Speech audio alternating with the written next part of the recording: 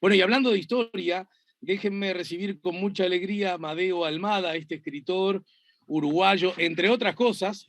Nosotros ya hemos felizmente conversado muchas veces con Amadeo. Nos sirve de bellísima excusa para conversar con él, ¿no? Su condición, como no ha servido esa de excusa nunca, pero podríamos abordarla alguna vez, ¿no? Su condición de ingeniero agrónomo, sino su condición de escritor, de novelista, y en particular de un novelista que se apoya mucho en la historia y genera estas formidables novelas históricas. El Caballero Oriental es su última novela, yo decía más temprano, es una novela que se enmarca en los momentos previos a la Cruzada Libertadora del 19 de abril de 1825. Es decir, podríamos decir, en estos mismos días, ¿verdad? Es decir, porque justamente estamos a pocas semanas de ese acontecimiento. El Caballero Oriental, de Rumbo Editorial, Amadeo Almada con nosotros. Buen día y bienvenido, Amadeo. Buen día, Alejandro. Muchas gracias por tu recibimiento. Y bueno, muchas gracias por haberme recibido con todos estos libros que he publicado en estos últimos años. Sí, yo soy un gran entusiasta de la novela histórica porque sin confundirnos acerca de que una cosa es la historia y otra cosa es la ficción, una cosa es la historia y otra cosa es el derecho que todo realizadora tiene a ficcionar, pero también es cierto, y una cosa no quita ni invalida la otra, más bien creo que todo lo contrario, que se ayudan, que se complementan, que se auxilian y que generan, desde mi perspectiva, notables puentes para ser usados por el público, ¿no? Y desde ese punto de vista, por eso evidencio mi siempre legítimo y estable entusiasmo para lo que podríamos llamar el subgénero literario, subgénero literario, novela histórica. En todo caso, vos como realizador me gustaría que compartas tu mirada acerca del asunto. Comparto totalmente contigo. Yo no soy un historiador, evidentemente. Soy un lector de historia. Y como lector de historia puedo interpretar los textos históricos de los distintos autores que hablan sobre un tiempo particular de la historia. Y bueno, de alguna manera sacar conclusiones sobre algunos hechos muy puntuales, poder establecer una ficción histórica en un ambiente dado. Yo ya te he dicho en alguna oportunidad que escribo sobre Montevideo. Los periodos históricos estos que están vinculados a la independencia del país, a las revoluciones de esa época, y todo lo demás están muy estructurados con relación al campo, ¿no? A donde ocurrieron determinados eventos, batallas, o donde se movieron los ejércitos. Y a mí me queda como el debe establecer cómo vivieron justamente las familias o las personas en una ciudad tan especial como era Montevideo en la época colonial, ¿no? Era una ciudad fortificada, muy cerrada en sí mismo, con un núcleo habitacional de habitantes relativamente reducido, pero que era el lugar por donde entraba el mundo a esta zona particular del Río de la Plata, ¿no? No olvidarse de Buenos Aires, ¿no? Que es el otro enclave fundamental de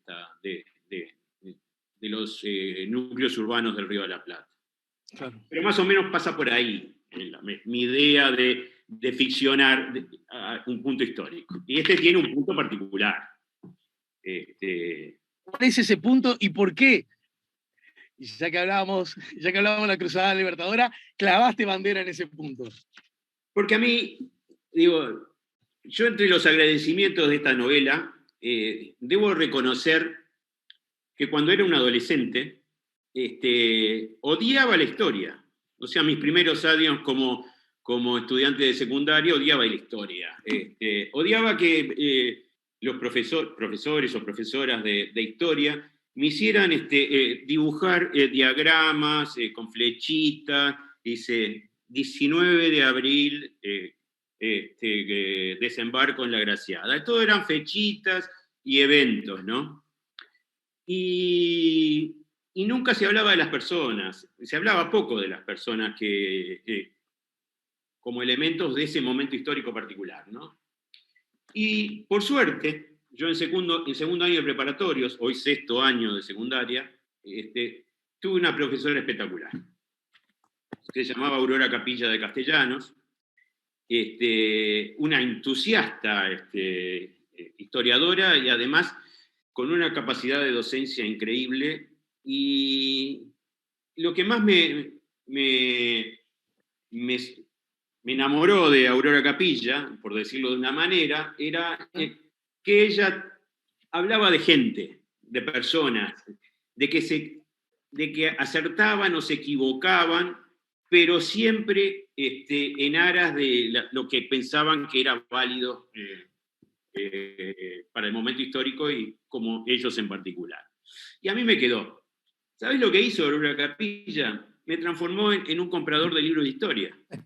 Yo a partir de los 18 años empecé a leer historia como un pasatiempo, así como leía novelas de ciencia ficción que me siguen encantando, leía libros de historia. Y bueno, el resultado está ahí, ¿no? 50 años más tarde estoy escribiendo libros de ficción histórica. Yo creo que gracias a Aurora.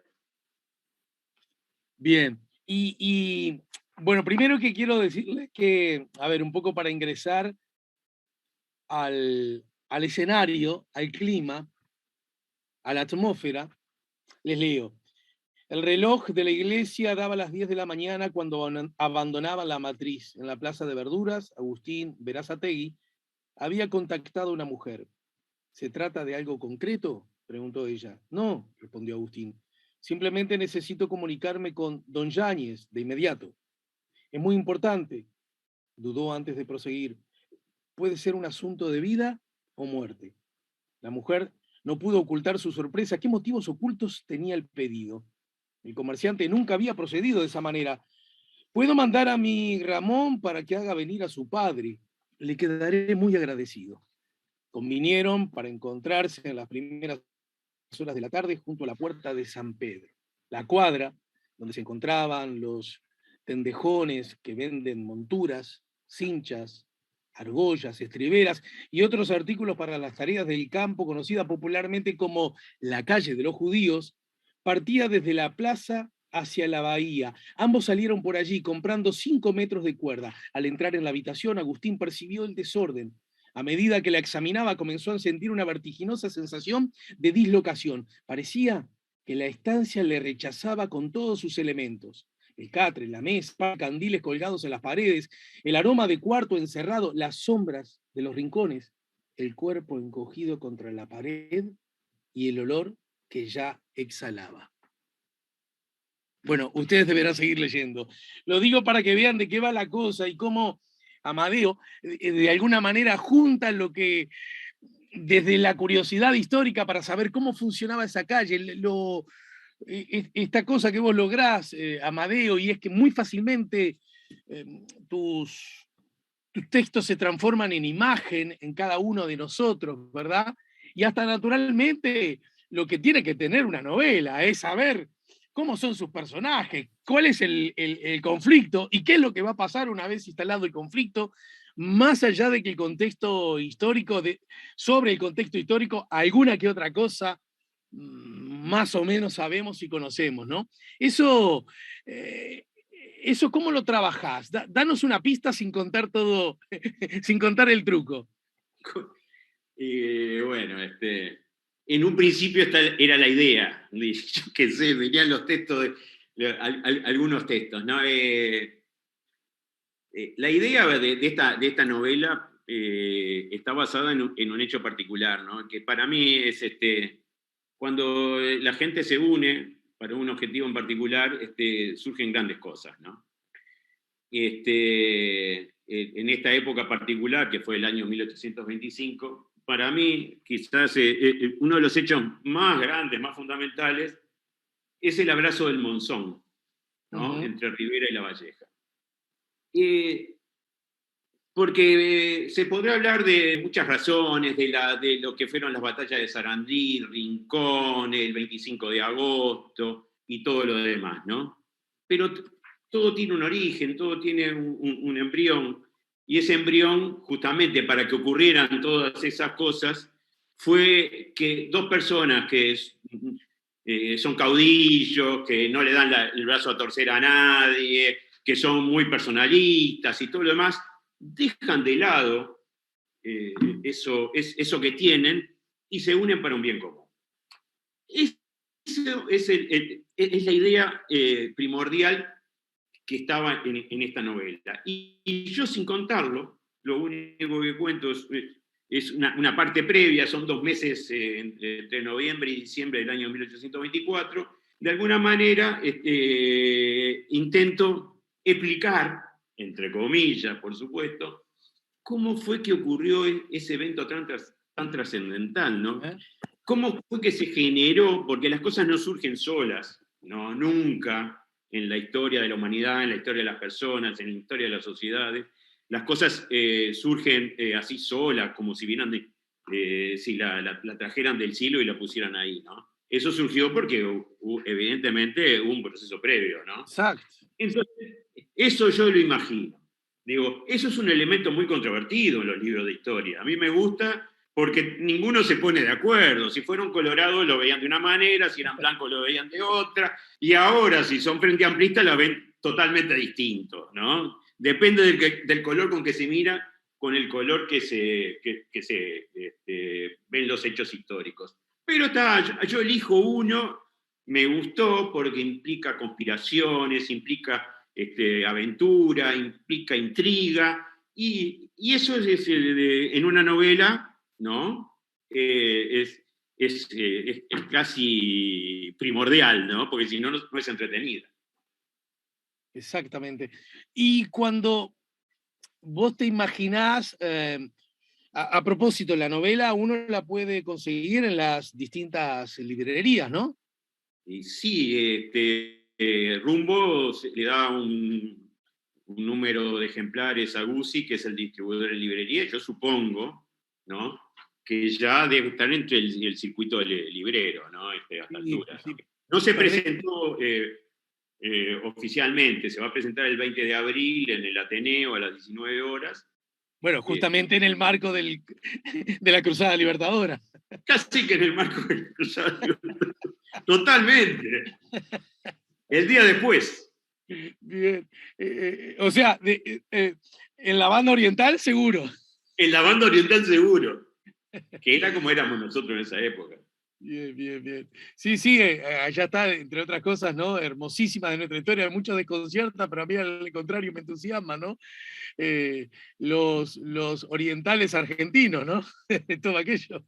Es increíble, ¿no? Porque hay que ver a esos personajes de esa historia, no como lo vivimos nosotros 200 años después, ¿no? Nosotros vivimos en una sociedad totalmente distinta, no podemos evaluar a esos personajes que existieron en esa época con los criterios que hoy maneja la sociedad, ¿no? Ese es uno de los puntos básicos y uno de los puntos que en este momento ya me considero un escritor consumado, es mi tercer libro, me dificulta más a mí como escritor, ¿no? Tratar de ubicarlos como seres humanos que toman decisiones, ¿no? Ya sea los personajes históricos o los personajes ficticios, en esa época en particular, ¿no? O sea, partiendo de la base que no los voy a juzgar con los cánones que manejamos nosotros hoy en nuestra sociedad, ¿no? Eso es el punto más interesante, el punto que me divierte más. Yo siempre, a Carmen Galuso, que es la editora, ¿no? Que ahora se está como que retirando, Carmen, de la actividad en Rumbo, pero no la va a dejar nunca del todo. Sí, no le creo mucho. Yo tampoco. Pero yo siempre le digo, yo me divierto, ¿no? Y ella es muy seria, ¿no? Bueno, hay una parte que... Tampoco te creo mucho. Y a veces no me cree que yo me divierto, pero me divierte eso, pensarlos a los individuos, ¿no? Y los valoro en su justa medida, creo. Trato de valorarlos en justa medida, ¿no? al gobernador déspota, que puede ser Lecor, el brasilero, ¿no? Y sus acompañantes, que se llamaban el Club de Amigos del Barón, que eran los orientales. Te lo digo porque cuando sacaste los orientales argentinos, eran los orientales brasileños, ¿no? Y después estaban los otros que tenían una tendencia natural, ¿no? La banda oriental formaba parte de las Provincias Unidas, ¿no? Y digo, yo no quiero meterme en líos históricos, pero la independencia del Uruguay es un hecho totalmente ajeno a los orientales, ¿no? Ocurrió por un tratado de paz entre la Confederación Argentina y el Imperio de Brasil. Así que, digo, eso es un día, capaz que hasta lo puedo discutir con los historiadores y todo, que tratan de explicar una independencia a favor de los orientales cuando los orientales no querían independizarse. Me parece que en realidad esa va a ser una especie de perenne discusión acerca de lo que somos nosotros y me parece, a ver cómo lo digo, yo entiendo a estar bastante de acuerdo con lo que decís vos. Sin embargo, me parece que están bien, que no nos hace tanto daño tener miradas distintas hasta de nuestro origen. Mirá vos lo que te digo. No, claro, siempre lo que es factor de discusión en el buen sentido aumenta la percepción, ¿no? Lo que no puede existir es el statu quo ese, y yo qué sé, y de ver nuestra historia desde el punto de vista de una mirada muy escolar, que es un poco lo que al principio de esta entrevista dejé entrever cuando yo tenía esos profesores de historia que me hacían hacer diagramas, ¿no? Era una mirada muy escolar. Les cuento a todos que, como dije en el inicio, la novela se llama El Caballero Oriental, es de Amadeo Almada, está editada por Rumbo Editorial y su autor nos acaba de ayudar a poner la mañana en camino. Muchas gracias, Amadeo. Pero fue un placer, la verdad, conversar contigo, ¿no? Como siempre, de Liverpool, que esta vez nos tocó a nosotros dejarlos afuera de la Sudamericana. Cuando decís nosotros, ¿te referís a River? Me refiero a River. Ah, bueno, bueno. Como hincha de River. Una de las entrevistas contigo, habíamos perdido recién el intermedio. Amadeo, ni hablar que hubiésemos querido ganar nosotros y pasar a la Sudamericana.